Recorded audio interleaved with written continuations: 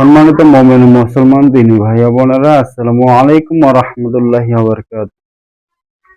আপনারা দেখতেছেন অদৃশ্য জিন ও জাদুর কোরআনিক চিকিৎসা চ্যানেলের সঙ্গে আছি আমি মোহাম্মদ জসিমউদ্দিন। তো হযরত, অনেকেই তো অনেক ভিডিও আপনারা ইউটিউবে দেখে থাকেন যে আপনাদের শরীরের মধ্যে জিন হাজির করে, চোখের সামনে জিন হাজির করে। তো আজকে আমি আপনাদের মাঝখানে একটা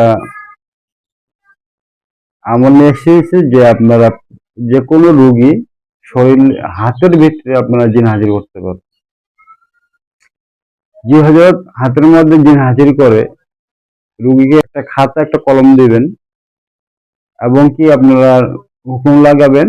ইনশাআল্লাহ দেখবেন যে যা হুকুম লাগাবেন না কেন আপনার উত্তর জিন খাতার ভিতরে লিখে দিবে। একটা পরীক্ষিত আমল হযরত, আপনারা করে দেখবেন ইনশাআল্লাহ কিরকম ফায়দা পান আপনারা অবশ্যই বুঝতে পারবেন।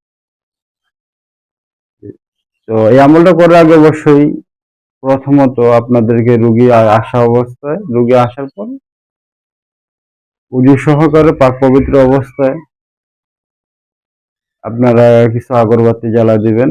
জ্বালা দেওয়ার পরে একটা খাতা একটা কলম রোগীর সামনে রাখবেন। কলমটা রোগীকে দিবেন, দিয়ে সূরা ফাতিহার মক্কেলদেরকে ডাক দিবেন। সূরা ফাতিহা নূরে মক্কেলগণ, আপনাদেরকে আমার পক্ষ থেকে সালাম, অনুগ্রহ করে আমার সালাম গ্রহণ করুন। আপনারা যেখানে থাকুন না কেন এই রুগীর বাবার নামেই, রোগীর নামেই ওনার হাতের মধ্যে আপনি দ্রুত চলে আসেন। এসে কলমের মধ্যে লিখে দিয়ে যান। যদি আপনি আসেন তাহলে নিশানা স্বরূপ কলমটা ডান দিকে টান দিন আর এভাবে হুকুম লাগা দিবেন। দেখবেন যে জিনটা যখন মক্কেল যখন আপনার রোগীর হাতের মধ্যে চলে আসবে, কলমটা এইভাবে খাতের ভিতরে ধরে থাকবে। মক্কেল আসার সঙ্গে সঙ্গে কলমটা অটোমেটিকলি ডান দিকে চলে যাবে লেখাটা। এর একটা নিশানা দিবেন যে হচ্ছে মক্কেলগণ, আপনার যদি আসে থাকেন কলমটা নিশানা স্বরূপ কি ডান দিকে টান দিয়ে বুঝিয়ে দেন, তাহলে তো আপনি বুঝতে পারবেন। তো আসার পরে চেক আপ দেওয়ার পরে যখন আসলো তখন আপনারা বলবেন যে এই লোকের এই কি কি সমস্যা আপনারা একটু দেখেন। ওনারা মনে করেন যে নাম ঠিকানা বলে দিবেন, অথবা উনি তো ওইখানে ওনার হাতের মধ্যেই আছে, বলে দিবেন যে মক্কেলগণ আপনারা একটু দেখেন চেক আপ দিয়ে যে ওনার কি কি সমস্যা। ইনশাআল্লাহ দেখবেন ওনার যা যা সমস্যা আছে ওনার খাতার মধ্যে লিখে দিবে।